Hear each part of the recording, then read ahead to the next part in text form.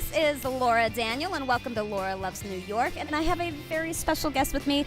This is VP Boyle. He was one of my first musical theater coaches. And I've always thought of VP as the Willy Wonka of the musical theater scene. He started as a performer. He performed with Douglas Sills in The Scarlet Pimpernel and with Diane Carroll in Sunset Boulevard. He is also an accomplished director and recently directed an interactive, immersive version of Sideshow and assistant directed me in Lucky Stiff at Mason Street Warehouse. Teaching. He's created 3 musical theater programs. I mean, wow. I met VP at the Musical Theater Forum here in New York City. Actually, it's been running for 20 years consecutively, believe it or not. And while I was in LA, amazing coach Aaron Galligan-Sturl, also a Broadway veteran, has been running my classes since I've been gone, and we're getting ready to launch kind of an expanded menu for this fall. I love it, I love it. And the classes are amazing. There's traditional musical theater. There's Advanced Build Your Book and the Pop Rock class, which is a revolution. Like, seriously, it drives me, to always be looking forward and going, what's the next thing, what's happening? And whether that was, pop rock musicals or zeitgeist around movie musicals, I was so interested in that I actually developed the first musical theater and film program that was integrated at the New York Film Academy. And I wrote and shot my first 3 short films, which were all movie musicals, because of that opportunity. And that was just such a great learning curve as a filmmaker. I really loved VP's mini musical, It Is What It Is, which features a curvy dancer who just wants to dance. And so they tell her, just dance. We did great in the film festival circuit, and I just got such a passion for the other ways that we can integrate musical storytelling besides stage. People around the world can see the things you create.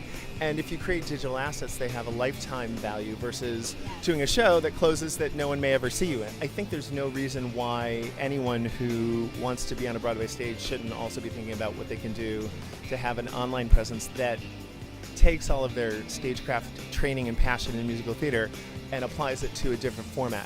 One of the things I wanted to ask you, VP, is if you could tell your younger self, if you could give your younger self a piece of advice, what would it be? Go to the gym.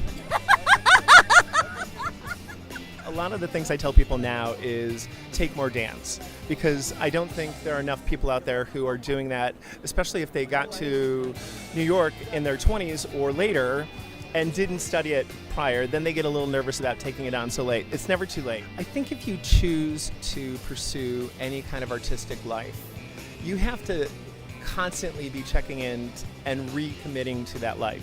And it's it's such a neat time for different shapes, sizes, ages, sexuality. Yeah, it's an amazing time. So again, to VP's point, it's never too late. Just create. I like that. Yeah. I think you get to recommit and reinvent along the way. Lord knows I've done it at least 4 or 5 times. You evolve as an artist if you let yourself, if you let yourself bloom. And I've been so fortunate to have known you for so many years and to have studied with you. I mean, really, one of the things VP said to me was, if you only had one song to sing today, what would it be? And that booked me one of my biggest roles, and I ended up winning an award at the New York Musical Theater Festival. And VP's like, do you know that Tony Award winners were up for that? And it was like, it just changed my world. I love that you continue to influence other artists in so many realms, and that you share your light. And if you would like to know more about VP, he's at vpboyle.com. And if you're in New York, study with him, okay? Thanks so much for having me. Oh my gosh, thank you for being and here. Right here in Times Square. I know, we are right here in Times Square.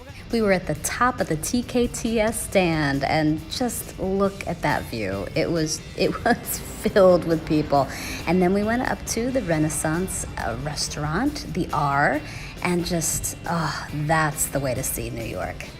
If there's anywhere else you'd like to see in New York City, you can drop me a line at lauralovesnewyork2@gmail.com, and I'll be sure to include it in my travels.